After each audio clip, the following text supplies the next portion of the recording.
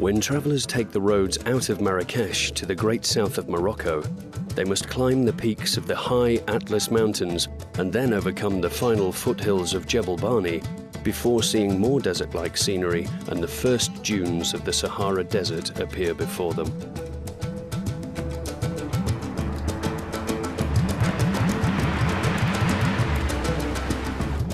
Abdou knows the region like the back of his hand.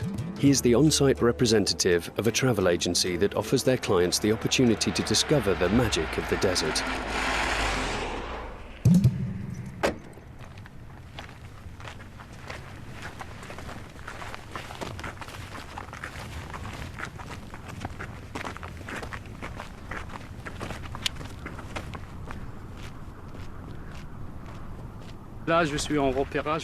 I'm on a recce here, looking for a site where hikers can camp, and I have to take the GPS reading for this campsite. There are quite a few tour operators who do this kind of thing in Morocco. There's a lot of competition in Morocco, so we constantly have to create new itineraries to avoid bumping into other groups. This site allows us to get off the beaten track a little, and it allows people to camp peacefully in the silence of the desert. Due to the growing demand to discover the great south of Morocco, about 15 tents have been erected 2 hours along the trail from the first village. A permanent camp has been set up by the travel agency that Abdou works for, a camp that he comes to check on every month.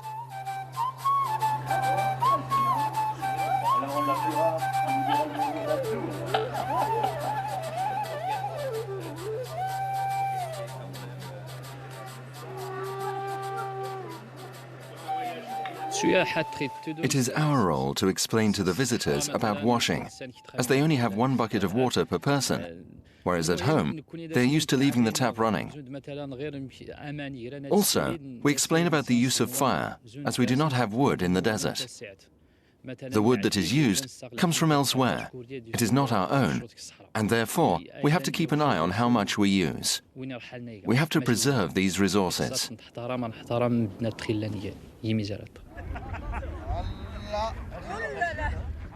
Thanks to the local team, made up mainly of settled Berbers, at the dune campsite you can get a feel for the desert, either by trekking or going on a leisure.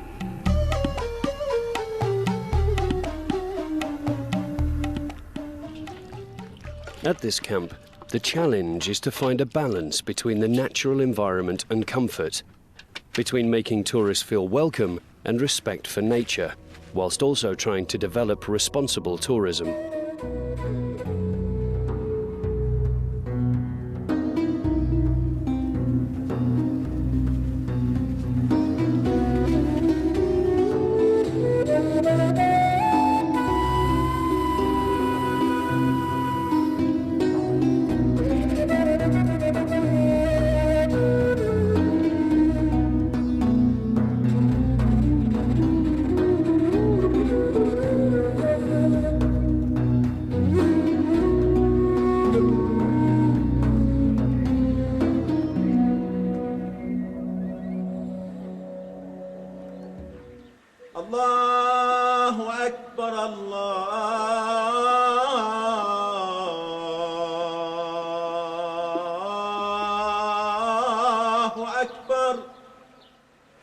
Heading eastwards, the last important stop-off for travellers on their way south is Mahmid. It's the last oasis before the desert, and the palm grove that shelters the old town keeps the surrounding 20 kilometres cool.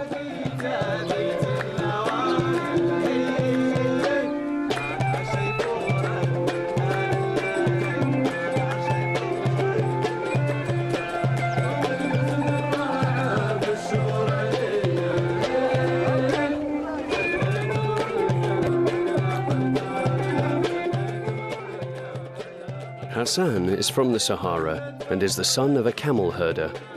Born here, he has always lived in the desert which he says cleanses the body and soul. He wants the lifestyle, history and traditions of the desert to be shown to people through sometimes unexpected encounters.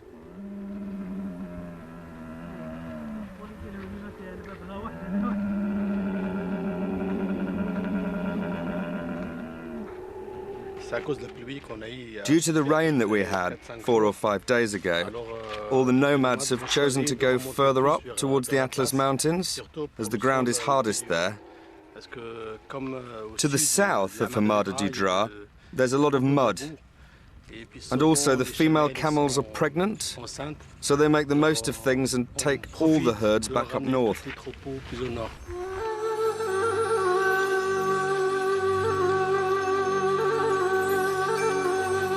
2 hours along the track from Marmid, the Chigagar Dunes are the most impressive in Morocco, reaching almost 200 meters in height. They are the main attraction in the region and are an amazing landscape for hiking or camel rides.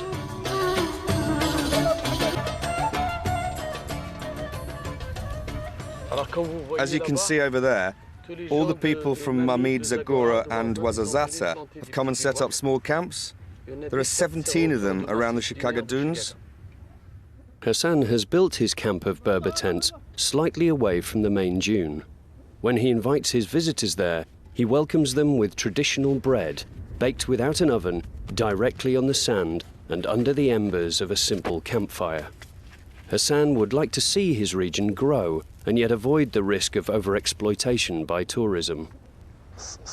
For us, the Sahara represents the gardens of God. The Sahara is sand, sun, oasis, spring water, camels. It's everything. For us, the Sahara is... How can I say it? I cannot tell you what the Sahara means. You have to live here, love it, respect it, in order to understand its true value.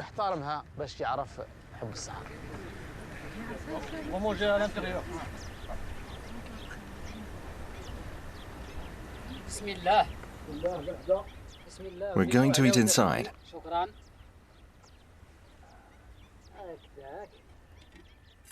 Here's the tagine, vegetables, chicken and lemon. Thank you. Bon appetit. It's good.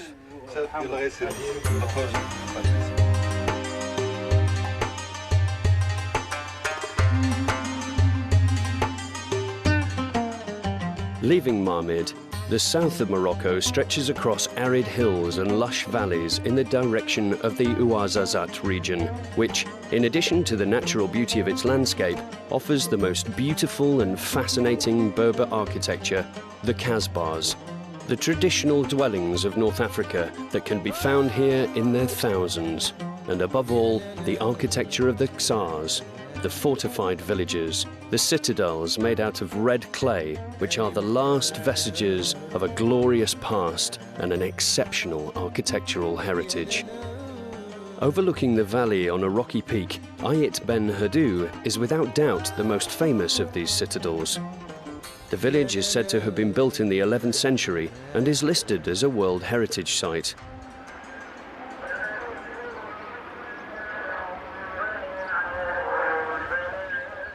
To access this fortress, Jean-Pierre, who manages a guest house on the road out of Ouarzazate, has to, like all tourists, cross a small river on a mule. In terms of construction, dry stone is replaced here with rammed earth or pisé, a mixture of clay, water and straw. But when it is not well maintained, the pisé does not withstand a lot of rain or humidity. It crumbles and becomes earth once again. Hello, Boussal. How are you? Boussal is the caretaker of this temple and an anthropologist. With the foreman of the site, he oversees the restoration work on the ground. To save this heritage site, which is battling to survive the erosion of time, they use ancient know-how preserved by a few local craftsmen, as well as traditional building techniques. The earth is dug out on the actual construction site and then poured into a mould before being spread out and then packed down.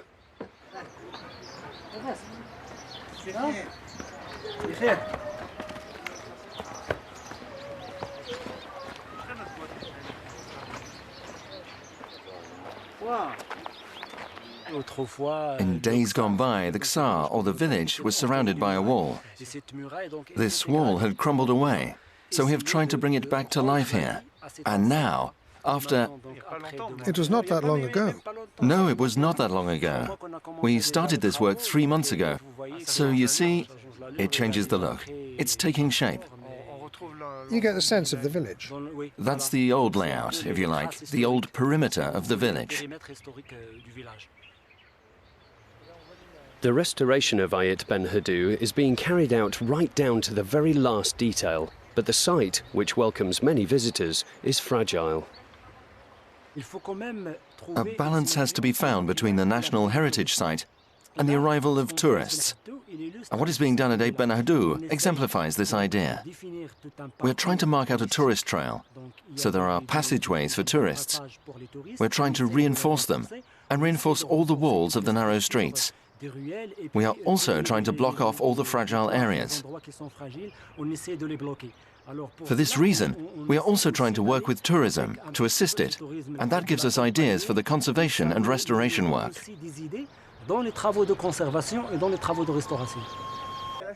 These are the last nomad shepherds in the region, members of a Berber civilization still untouched by the modern world.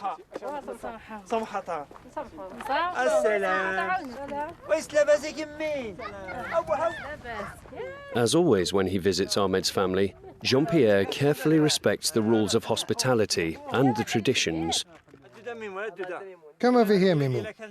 I have brought you something from Ouazzazate. Here you go. Some sugar. Do you want any oranges? Give some to your sister, too, for breakfast.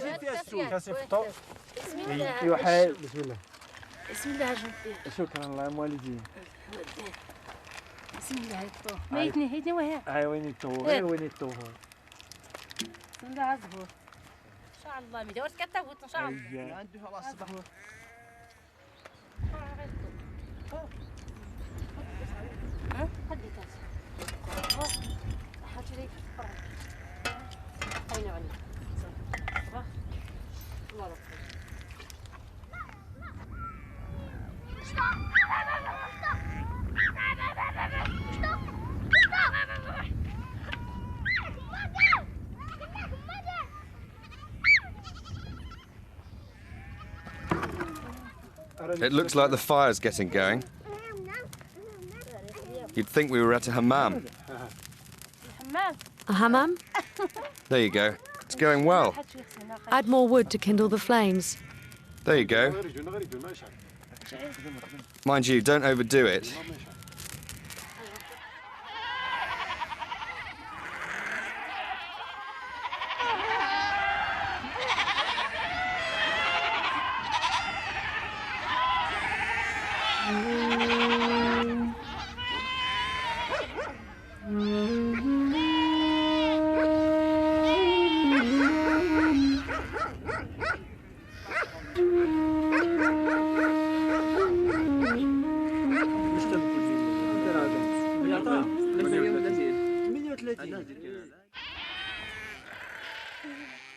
Such is the nomadic lifestyle.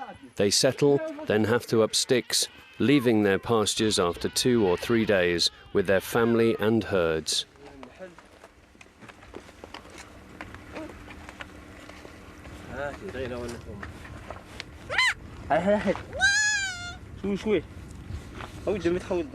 It is these sometimes fleeting encounters, these simple moments, that Jean-Pierre wants to bring to the fore and to share. We are in tune with these nomads because, firstly, we have known them a very long time. We love them. They are our friends, our family. Therefore, we want to preserve this environment that we have a very strong bond with. To protect these relationships, obviously, you have to respect people. And we do respect them. We ensure that they have work. Respect is how you speak and behave, how you arrive and respond to being welcomed. But it's also about sharing the benefits.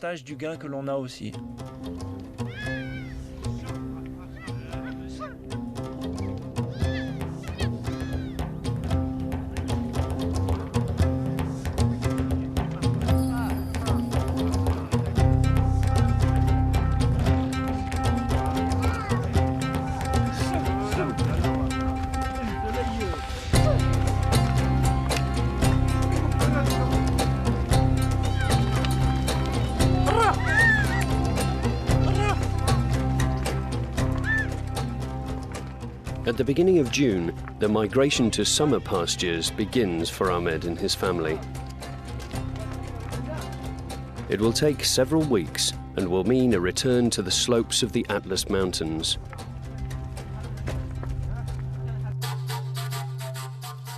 Leaving the Jebel Saro Mountains and crossing the Anti-Atlas, the backbone of Morocco that separates the Sahara from the coastal regions, we reach the Atlantic Ocean, which forms the western frontier of southern Morocco. A few kilometers to the south of Agadir, away from the sun, sea and sand mass tourism of Morocco, stretches the Souss Massa region. It is here, on a narrow stretch of coastline, that the National Park of Souss Massa was created. In just a few years, it has become a major force in the protection of endangered animals in the whole of the Sahelo-Saharan area. These include the oryx, the largest antelopes in the semi-arid Saharan regions, whose horns can reach over 1 meter in length. As he does every 2 weeks, Mohammed, the park warden, carries out a tour of inspection. During this breeding period, he is concerned about predators such as foxes and stray dogs who could attack the antelopes and gazelles in the park.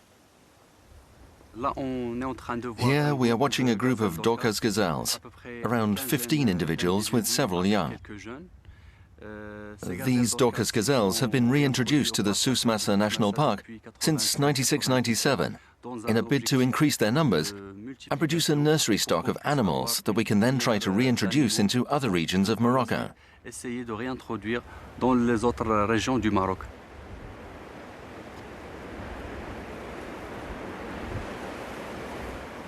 In the Souss Massa Park, we can also see the largest birds on the planet, ostriches.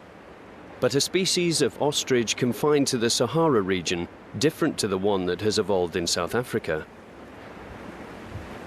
We are watching a group of red-necked ostriches, a species that is threatened with extinction. The males are black and the females are speckled brown and grey.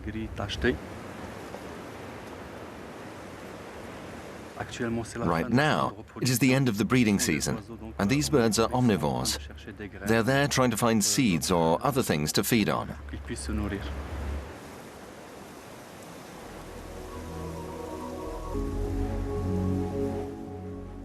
The animals are not only the focus of protection and reintroduction, they also represent a tourist attraction for the park, thanks to the creation of discovery trails from which visitors can observe them.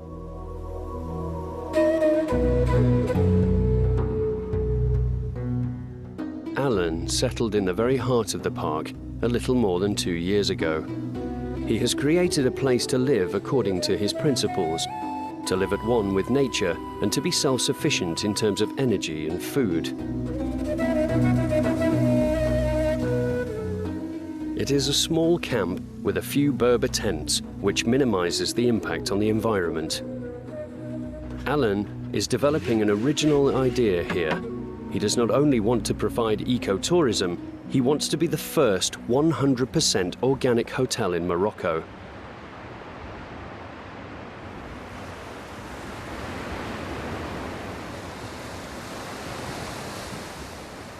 A few kilometers from the fishing village of Tifnit, Alan offers his clients non-polluting activities such as diving, fishing, or hiking.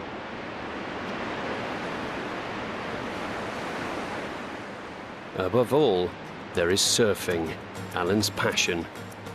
He teaches it to his guests and devotes most of his time to surfing in little-known places where not even many enthusiasts go.